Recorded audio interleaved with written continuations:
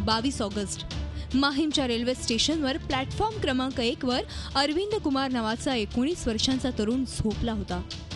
अरविंद हा सुरतवरून मुंबईत नोकरीसाठी आला। मालाड इथे त्यानं कामासाठी भेटही दिली। सुरतला परतण्यासाठी तो माहीम स्थानकावर उभा होता, पण सुरतला जाणारी गाडी उशिरा असल्याचं कळल्यानं तो प्लॅटफॉर्मवरच झोपला आणि इथेच त्यानं आपला जीव धोक्यात टाकला। अरविंदनं उशाशी त्याची बॅग घेतली होती आणि ती चोरण्याचा एका चोरानं प्रयत्न सुरू केला। अरविंदला तेवढ्यात जाग आली। त्यानं चोराचा पाठलागही केला, पण थोड्याच अंतरावर रेल्वे ट्रॅकवर असलेल्या त्या चोराच्या साथीदारांनी अरविंदला मारहाण करण्यास सुरुवात केली। अरविंदही या चोरांचा प्रतिकार करत होता, पण त्या 5 जणांपैकी एकानं अरविंदच्या पोटात सुरा भोसकला आणि तशाच जखमी अवस्थेत अरविंद पुन्हा रेल्वे प्लॅटफॉर्मवर आला।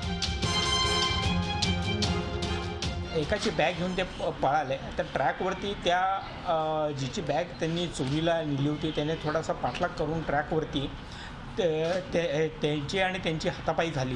त्याच्यामध्ये त्या लोकांनी कुठल्या तरी हत्याराने स्टॅबिंग केलं आणि जखमी केली आणि पळून गेले।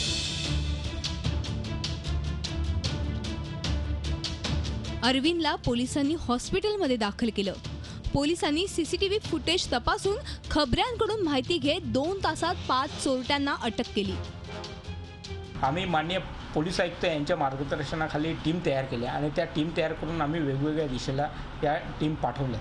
तर आम्ही 2 तासामध्ये ह्या आरोपींना 5 आरोपींना आम्ही ताब्यात घेतलं आणि आम्ही त्यांच्याकडे विचारपूस केली तर त्यांनी अशा प्रकारचा गुन्हा केल्याचं आम्हाला त्यांनी सांगितलं।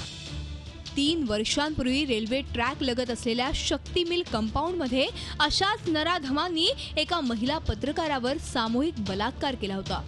तेव्हा रेल्वे पोलीस आणि मुंबई पोलिसांनी चोरांचा, गर्दुल्ल्यांचा, गुंडांचा बंदोबस्त केल्याचा दावा केला होता। तो दावा या प्रकारामुळे अखेर फोल ठरल्याचं स्पष्ट होतंय। अजित मांढरेसह bureau report, Zee media, Mumbai. Zee 24 तास रहा एक पाऊल पुढे।